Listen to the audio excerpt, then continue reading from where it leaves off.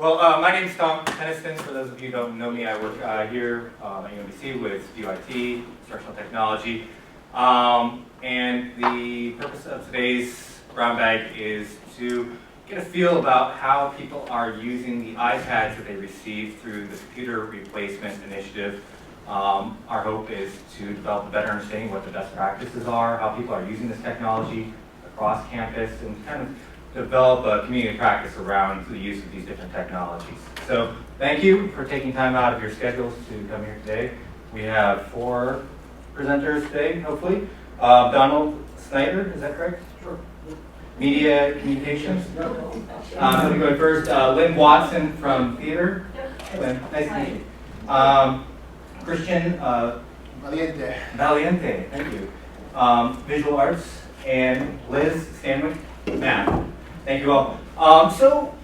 Before we get started with the presentations, we have a little bit of housekeeping to take care of. And one of those items is just how we're going to be doing the presentations. You can see these nice graphics up here. What we have installed in this room and is being piloted at least one other lecture hall 4, is that correct? Yeah. It's an Apple TV. What that allows us to do is use AirPlay to be able to conduct our presentations without having to be plugged directly into the hardware. So what that's going to mean is if you on your iPad, when you come up to present, just flip your finger underneath at the base of your iPad. You'll have the option to go down to the bottom. You should have AirPlay listed in the middle right. If you click on that, the network that's in here is ENG023. So if you select ENG023, it's going to ask you to authenticate. And then when you authenticate the provided password, the password is just UMBC, all lowercase.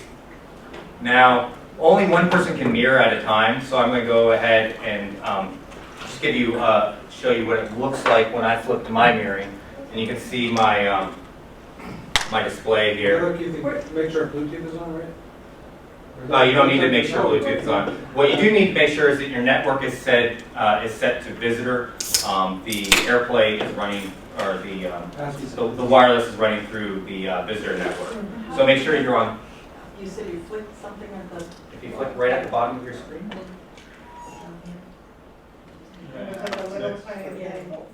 If you're running iOS 6, it's you double tap it. Hopefully we have somebody in here who has knowledge of technology to support it. We can't figure it out. Yes. So the keys are visitor network, password is UMBC, and the AirPlay is going to be connected to is ENG023. Okay? Now there's one other cool thing that I'd like to give a quick overview of before we get started. Desktop has procured one of these stands. It's an iPad stand that can be used for presenting. So there are a couple cool things that you can do with this. I don't want to mess up your audio, Chris. You can actually put your iPad into the holder in order to be able to, for example, read notes from your iPad. But you can also use the camera that's built into your iPad synchronously. What is kind of nice is anybody who uses Cam Relay here already, you can download an app called Fuse using Cam Relay. And what that allows you to do is just by clicking on Fuse. Is it free? It is free. I can capture my lecture directly so I can look at my screen at the same time. I could go and do an equation across my board.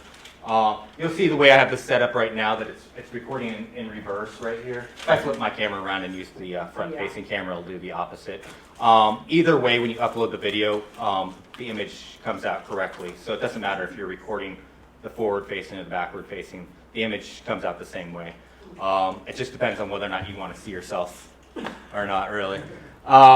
Anyway, so with Fuse and Cam Relay, what that allows you to do is something that's kind of been a little bit of a shortcoming with the iPads, and that is to be able to use a larger space and use your free flow of your hand rather than using a built-in app. So if you want to create a 5 to 10 minute built-in short for your students in order to be able to illustrate some kind of discrete concept, so if you want to show how a different acid combined with a base, how to balance that out, or something with statistics, you want to show a proof.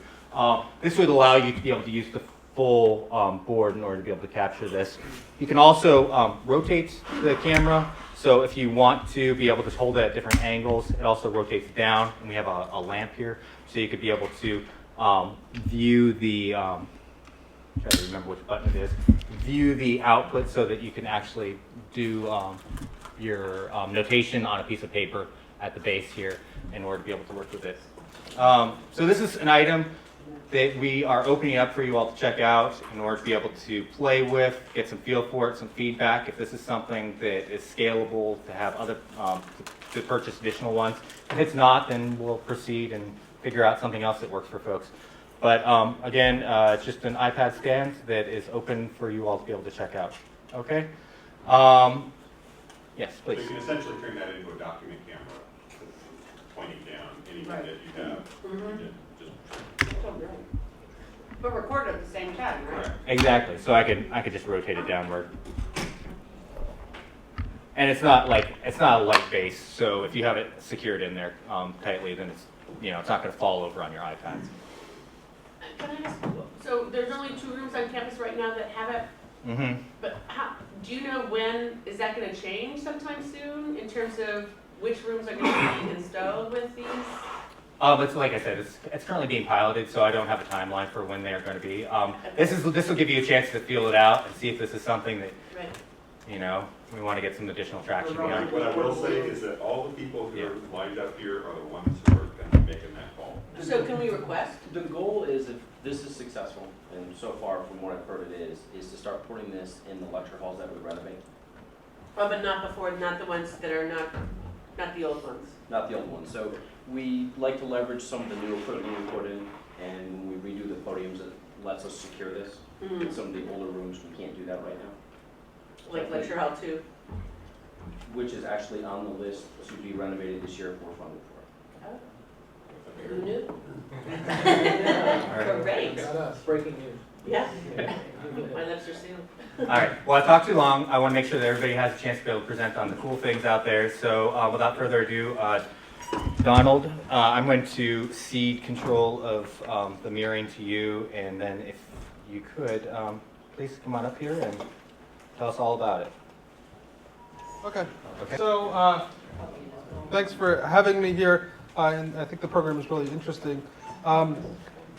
Quickly, so I was using, right before the semester began, I had my iPad and I had my laptop, and I was using my laptop, and my cat dumped a glass of water on the laptop and fried it. So for the entire semester, I've been using nothing but the iPad.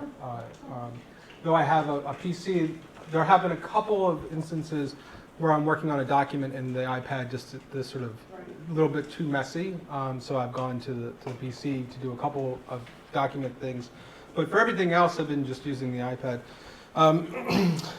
What I want to talk about today, so I mean, in terms of the iPad replacement, in the classroom, there haven't been any major setbacks. I need to figure out how to make sure, like, to stop it from going to sleep. It's because if I'm talking and then I come back and it's sleep and I have to put in my password again, that's kind of annoying. But overall, it's pretty good. The other thing that that happened over the break was Bill Shoebridge from the New Media Studio and he's now professor of the practice with MCS, with Media and Communication Studies. He's been doing workshops for digital storytelling for the last almost decade. And so we had talked about figuring out what we could do with iPads in terms of the digital storytelling workshops. And so we did that for faculty members over the break. And I think it was right during one of those storms. So we had lower attendance, but we still had 7 or 8 faculty members come. And we had, OIT gave us 10 iPads to play with. And we did this faculty workshop. Christine was one of the faculty members that did it, and she just finished her movie. She's going to share it with me. And such. So based on that experience, classes were beginning the next week, and I was like, what can I do with these in my class? And so I had gotten the 10 iPads, brought them to the class, taught the students iMovie in about 20 minutes. So I think it's a really easy to use program. It's set up pretty simply. I taught it to my students in 20 minutes for one class. The next class they came in, and I gave them one class period and work in groups and to make movies on net neutrality. So they had to sort of write a script, find images, do all the sort of editing, and finish it in one class period, so an hour and 15 minutes. And there were 7 or 8 groups, and all but one group was able to do it. And the other group needed an additional 10 minutes the next class period. So I'm going to show one of those just to show you what they look like. I gotta turn on sound and all that kind of stuff.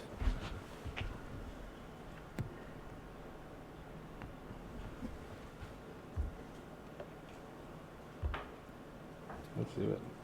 Try this one.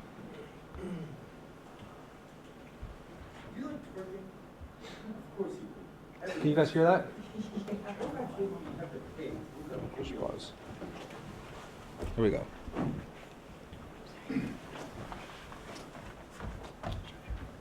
Yeah.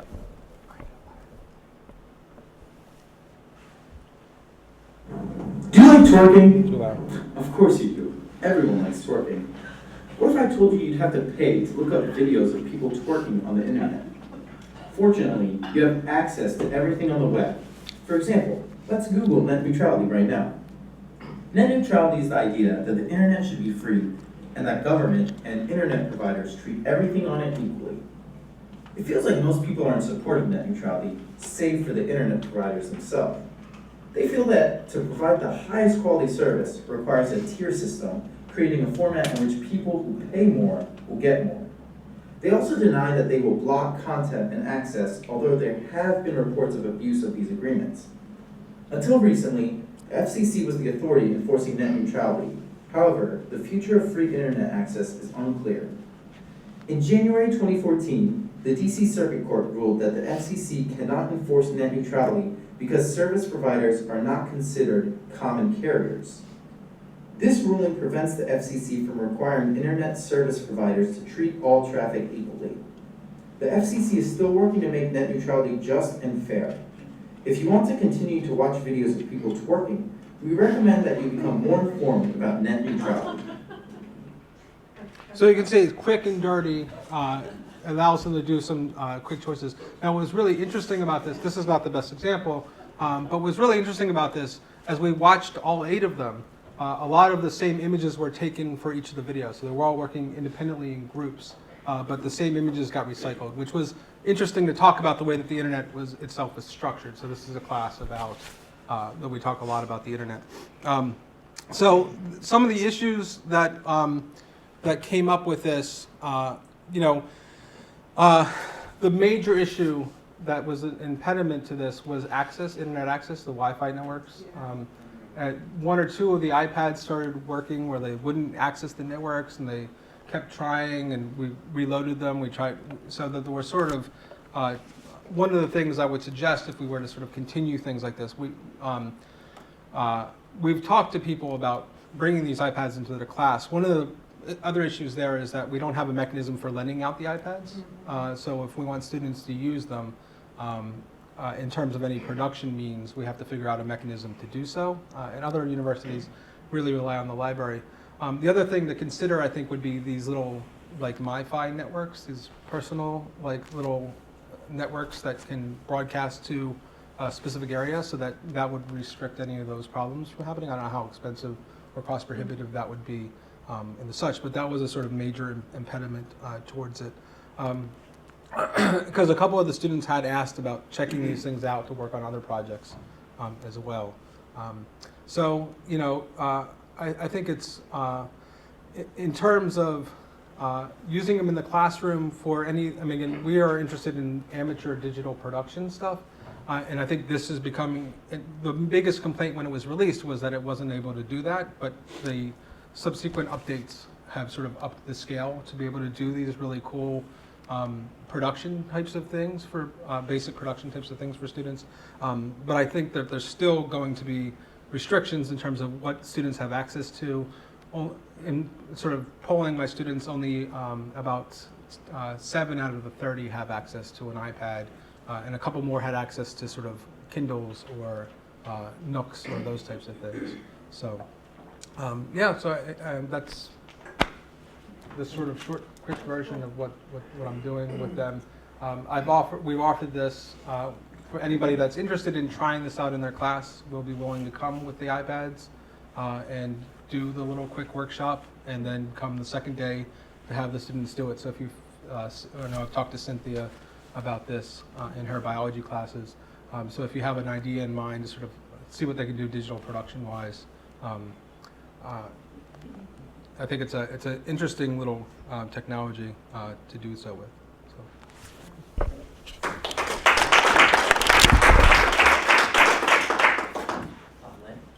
Okay, I've just been finding use after use after use for this, so I've got about 4 for today, and I'll try to get through them quickly. I think maybe this might be the most interesting. I teach voice, speech for performance and also acting. So right now I have an advanced voice class, and what we're working on is oral communication of very complex texts, communicating the thought orally with suprasegmental aspects of speech, pitch, rate, stress, timing, pitch changes.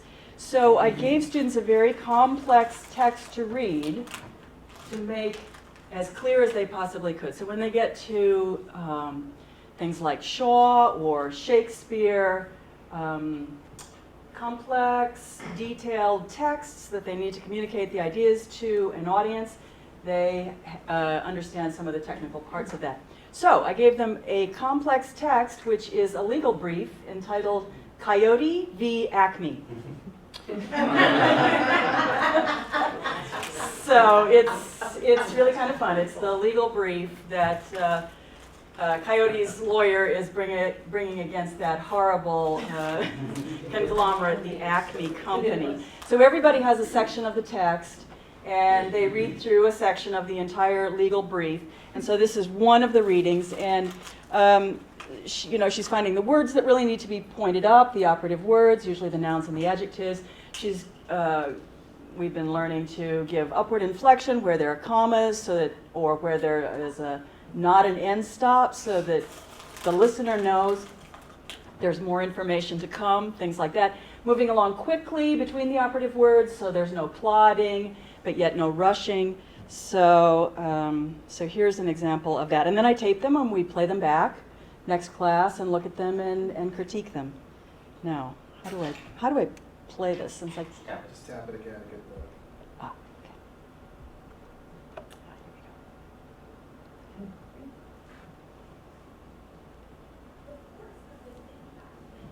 I need to raise the volume.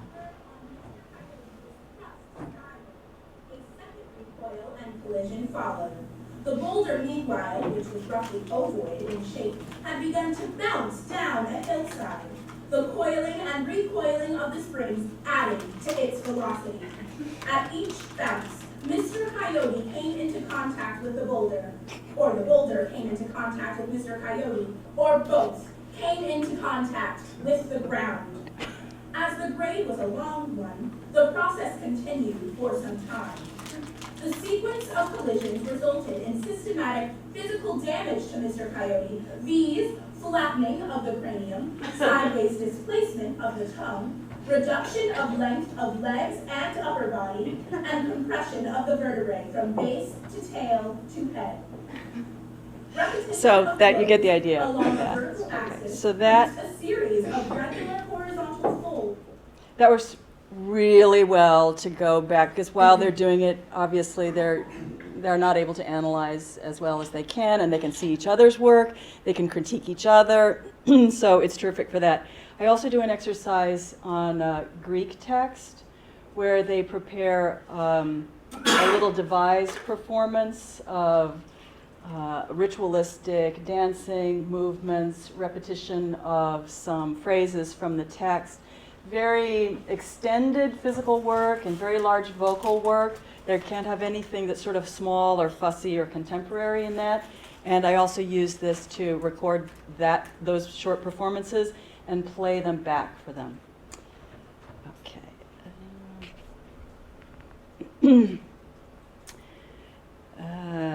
Which one next? Okay, so if you're squeamish at all, don't look. This is an anatomy program. It's not the real thing, but it's an animation, but it's pretty graphic.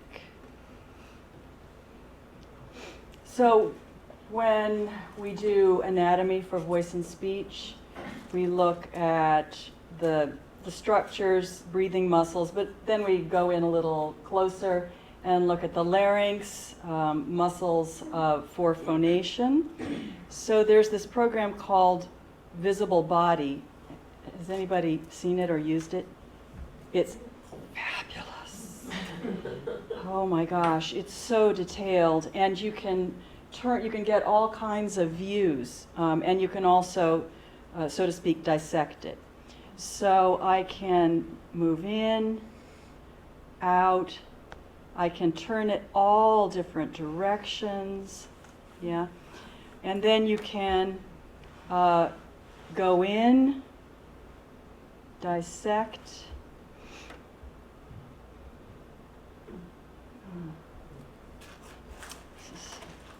Move up, oh, no, not that way.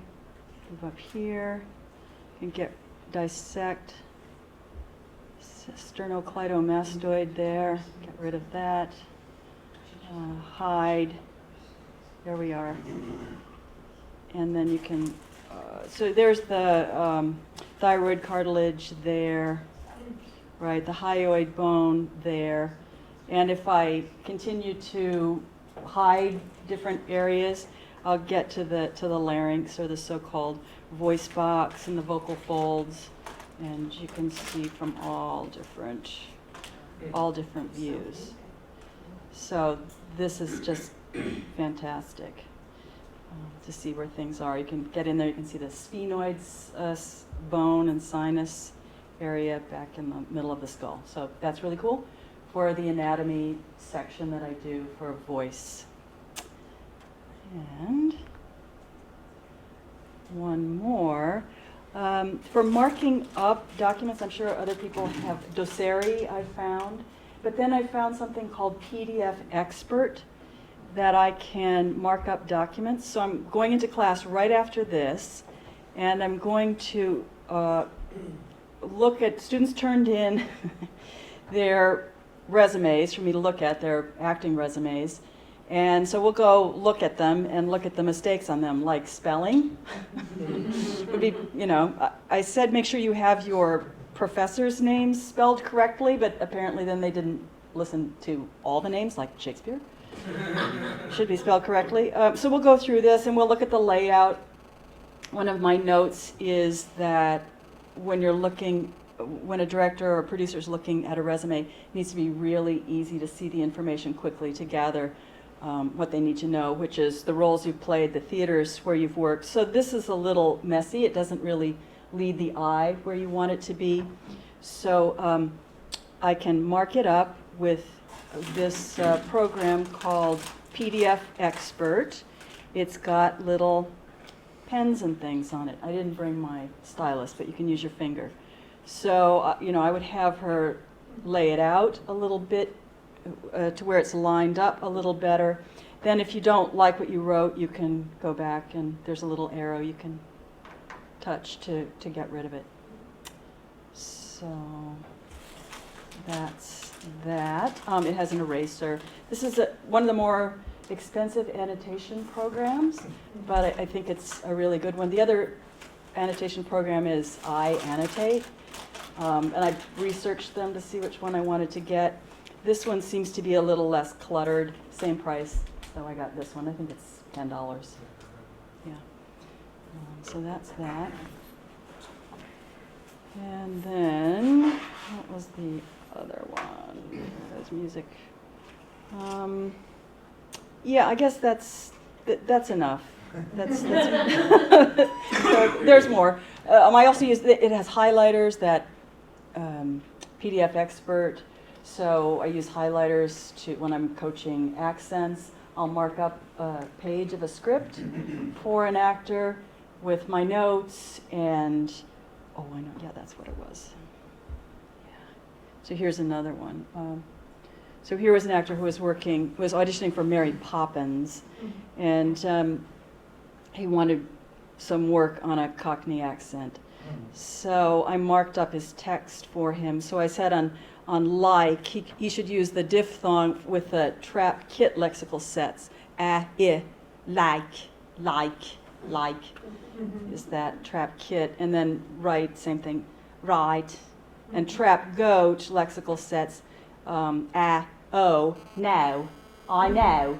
So that's that. Great. All right, so that's how I've been using it.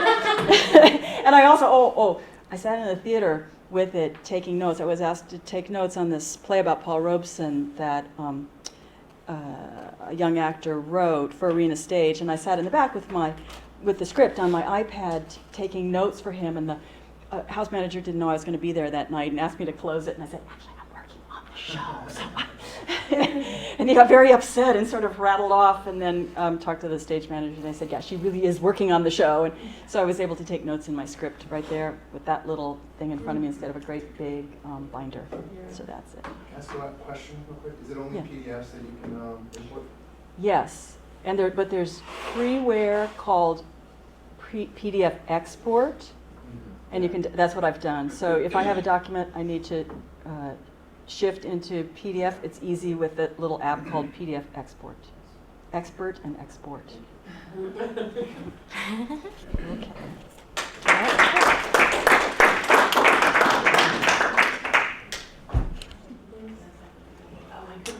All right.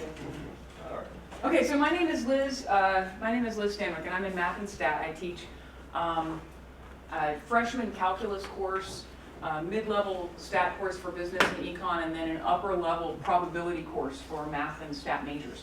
And I started out using this just for one class, and now I use it in all of my classes. I'm also in Lecture Hall 4 for my calculus class, which means I get to use the Apple TV, and I'm no longer, normally I'm attached with a dongle, but now I can wander around, and it's a beautiful thing.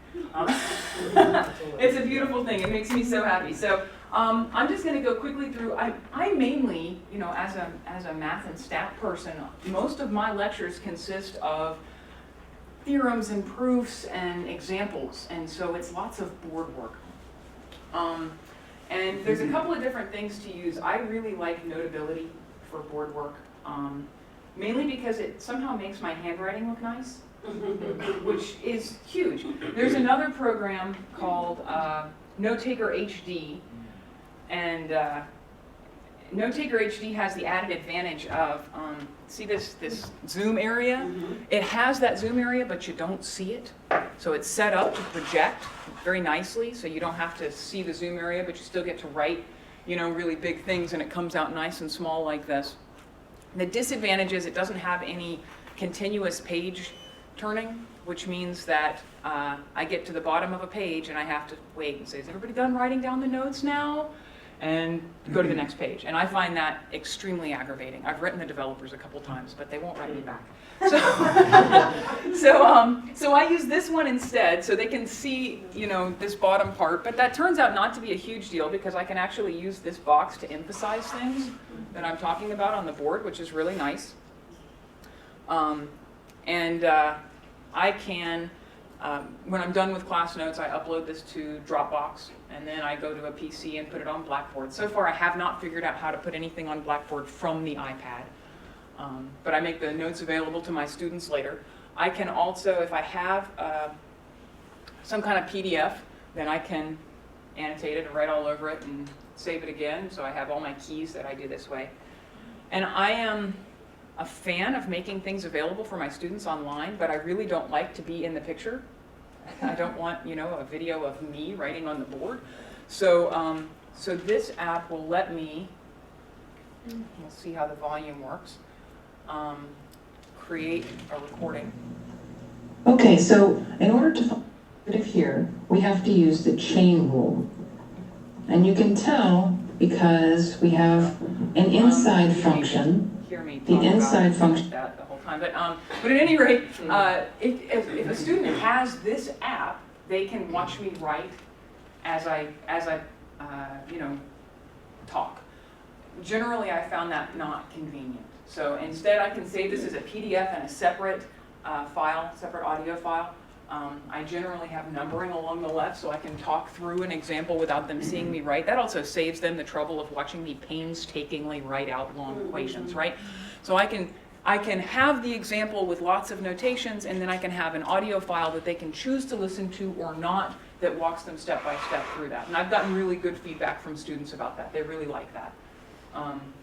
The new thing that I've done, that I just tried this week, since I'm no longer tethered to the podium in this one particular class, is I started with Genius Scan, which is a scanner that will make a PDF. So if I have a student working on a thing, and of course, nice lighting is good, right? Oh, and not my finger. There we go. If I have a student working on a thing and they want to ask me a question about it, I can go over and take a picture of whatever they're doing. And oops. This is a personal problem I've had with the Apple TV thing, which is I wander around and talk and then I move this. My students get a little dizzy. Get dizzy. They do, yeah. If I would just stay still, it wouldn't be a problem for them. So I've mostly gotten over it. It's a user error issue. So once I have this, I can send it to, I always like Notability, but you can send it to any app that you're using. And then I can explain what they've done wrong and kind of go through the problem with them.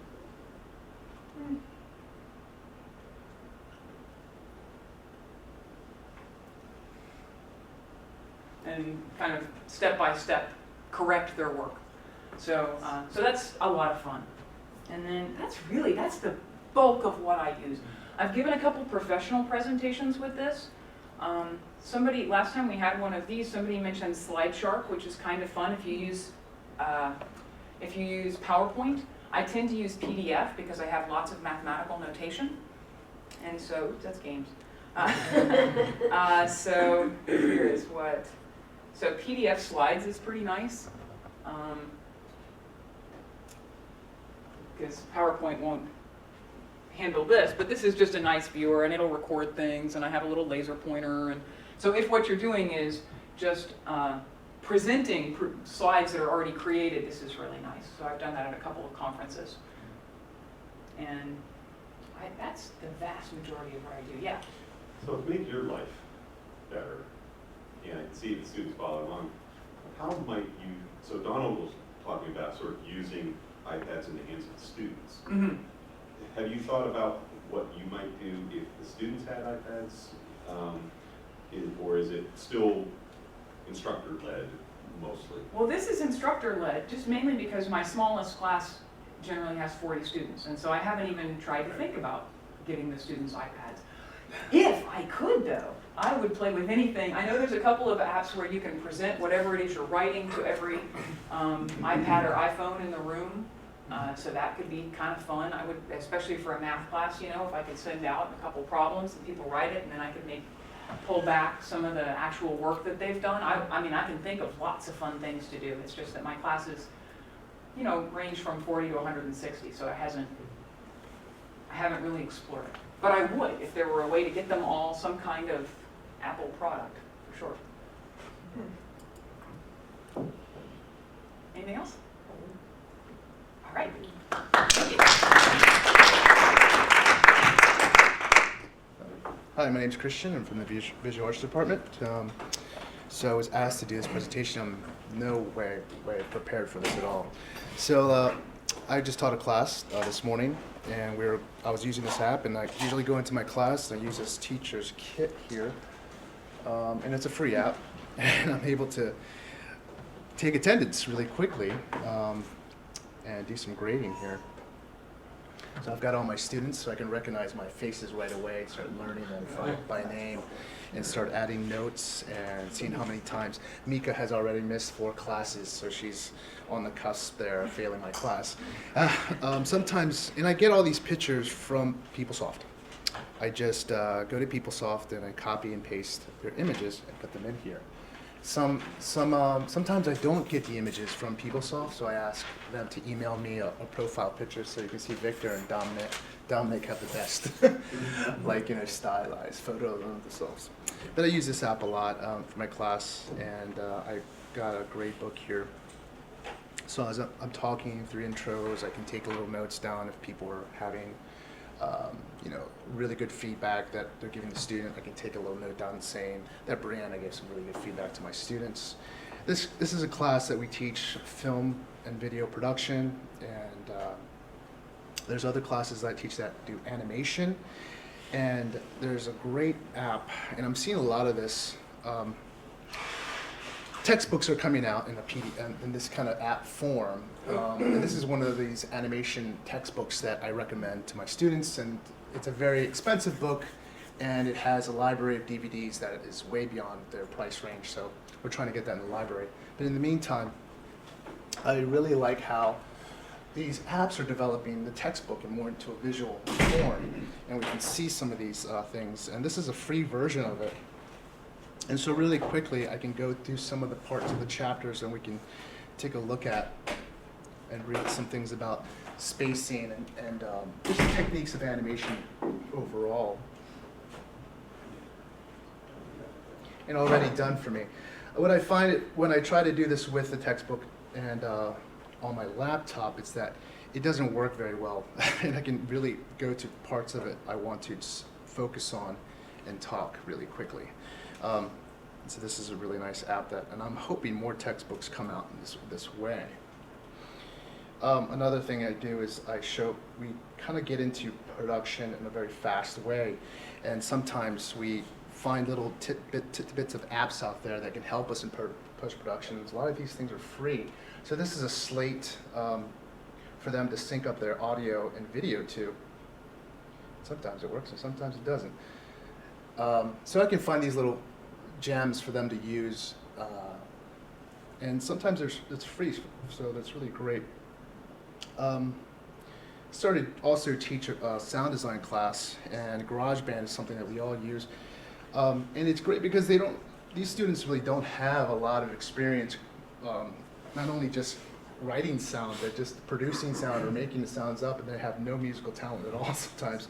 And an app like this is just amazing because they can really quickly design a song. And I got a couple of things I've already started. Let's see here. The smart instruments are really good. Yeah, the smart instruments are like the drums. If you hit instruments, you can start creating your own drums, right? Really quickly. And so a student who doesn't have any drum beat or technical talent at all, they can start just adding an app here. And if they start moving to a simple beat, let's go to about maybe midway there, add a little hi-hat, a little loud snare.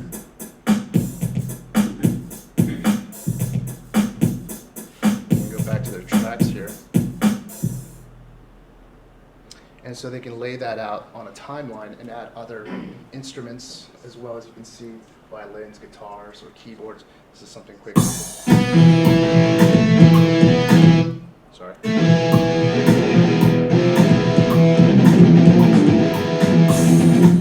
So just some little rock riff that I created really, really quickly in class without any kind of musical talent. They can create something really neat for themselves to use for their sound design objects. Any questions? Anything so far? I got talent. So, and I really like. You have a question back here. Oh, I'm sorry.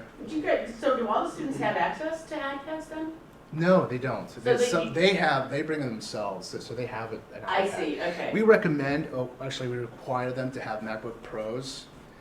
So they all come in with MacBook Pros, but I some see, of them okay. have iPads. And you can do the same thing on the MacBook Pro? Mm-hmm. Yeah, there's a similar applications, especially with the app software, the Apple apps they have that cross-platform from the Right, okay. phone and everything. I do want to use the Blackboard app a little. It's not as great as I want it. I don't know if you guys use the Blackboard app at all. So that's It's a frustrating thing. Picture Yeah, you she- can't put PDFs. She on wanted to it put that way. PDFs through the app. This is the biggest problem with this, is that it's gonna show your password. Yeah, that's true. Yeah. And the other thing is that it just doesn't, the interface isn't very well, and I wish that was a little more developed.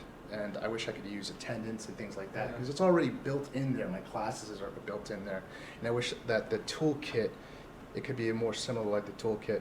I use other apps like Pages and Numbers here for docs. And if I'm working with a budget, sometimes I can really pull this up. And maybe you guys won't see our full budget here. So sometimes I'm working closely with a chair and designing budgets as well. So not only am I using things for in the classroom, but I am also the program manager, so I have to come up with budgets. And this is really nice just to sit down really quick and design something that we need to spend money or buy some equipment on, or during the meeting or something, or staff like conversation with people. Great. That's all I got. Thank you. So when you logged in on the iPad through mine for the UBC authentication, shows your password? Yes. Yeah. Yeah, so I wonder if there's a way to fix that, because in the classrooms, I did Or it just once, my Blackboard? students told me, just Or Blackboard. it's every Blackboard? Yeah. Is it everything? It's all the MyUMBC Any authentication. password you're gonna do is Yeah. gonna show up on the screen for a Yeah. split second. So Each by letter by letter. Letter by letter. Letter by letter, There's- so you there's have a to little- make sure. there is a way around it though, is just go ahead and switch to another source and then Yeah, I switch mean, back. I've done or those. some of them have Yeah. blank screen, so you can do Freeze the that. screen. You mean the projector itself? Like, Yeah, Yeah. yeah, That's good. But it would be nice if there was a technical workaround that didn't show it letter by letter as well, because I, forgot, and then my students were like, oh. At least they told me. Yes, they told me. And, Writing it down. They didn't all get it, they didn't go to Blackboard and change all their grades Yeah. to A's and such. One of the things I want to mention, the formal invitation should be going out in a month. Is that? For the CRI? No, this is for something else. So this semester, through the through Faculty Development Center, we've been doing faculty learning communities. Cynthia and I are part of one on digital assignments. But I think a great one would be about using iPads. A bunch of people wanted to get together and sort of share these things and talk about how they use them in the classroom. So if somebody's interested in, I think right after spring break, Linda Hodges will send out a call for proposals and I think that would be a great one. And there's a great segue here. I'm setting up a group, a UMBC, my UMBC group for the CRI participants. So you'll get a notification. Great. It's enough. Just opt in order to be able to have these kinds of connections and be able to have an ongoing kind of community there. On an unrelated, there was the question about how to be able to share stuff while using your iPad inside Blackboard. One option would be to just share a link within Blackboard for Box. And so you just drop your stuff in the box, and then it'll upload directly into that area, and you can segregate based upon whatever directory system you like. So that would be one way to be able to do it without having to go through the Blackboard interface. And it might be easier in the long run too, especially if you're using multimedia files for the import-export between shells. So being able to use that box, it's a really cool kind You of just have to segue. sync who has access to Box to match what you have as your Blackboard enrollment. I've been sharing things through Google Drive that way. Students all have Google Drive. So.